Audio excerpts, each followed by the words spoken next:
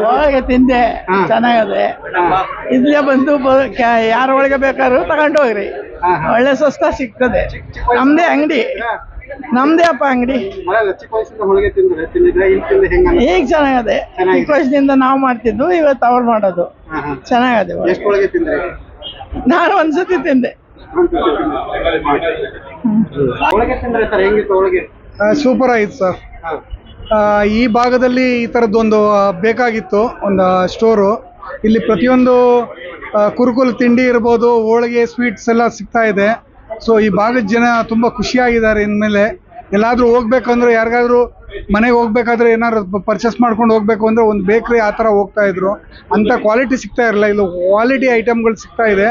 So ಎಲ್ಲರೂ ಇದನ್ನು ಉಪಯೋಗ ಪಡ್ಕೊಂಡು ನೀವು ಖುಷಿಯಾಗಿ ಸಂತೋಷವಾಗಿರಿ ಅಂತ ಹೇಳಕ್ ಇಷ್ಟಪಡ್ತೀನಿ. ಇಲ್ಲ, ಇವಾಗ ಇಲ್ಲಿ ಹೋಳಿಗೆ ಮನೆ ಮಾಡಿದ್ದು ಎಲ್ಲರಿಗೂ ಅನುಕೂಲ ಆಯ್ತು. ಇಲ್ಲಿ ಹಳ್ಳಿಗಳು ಒಂದು 8-10 ಹಳ್ಳಿಗಳು ಸೇರೋದ್ರಿಂದ ಒಳ್ಳೆ ಚೆನ್ನಾಗಿರೋ ಪ್ಲೇಸಲ್ಲಿ ಮಾಡಿದ್ದಾರೆ. ಇದೆಲ್ಲರಿಗೂ ಇಷ್ಟ ಆಗುತ್ತೆ ಅಂತ ಅಂದ್ಕೊಂಡಿದ್ದೀನಿ. ನಾವು ತಿನ್ನೋಡಿದ್ವಿ, ತುಂಬ ಚೆನ್ನಾಗಿದೆ, ಟೇಸ್ಟ್ ತುಂಬ ಚೆನ್ನಾಗಿದೆ. 2 ಹೋಳಿಗೆ ತಿಂದ್ವಿ, ಒಂದು ಬೇಳೆದು ಮತ್ತೆ ಒಂದು ಕಾಯಿ ಹೋಳಿಗೆ ತಿಂದ್ವಿ. ಚೆನ್ನಾಗಿತ್ತು, ಸೂಪರ್ ಆಗಿತ್ತು.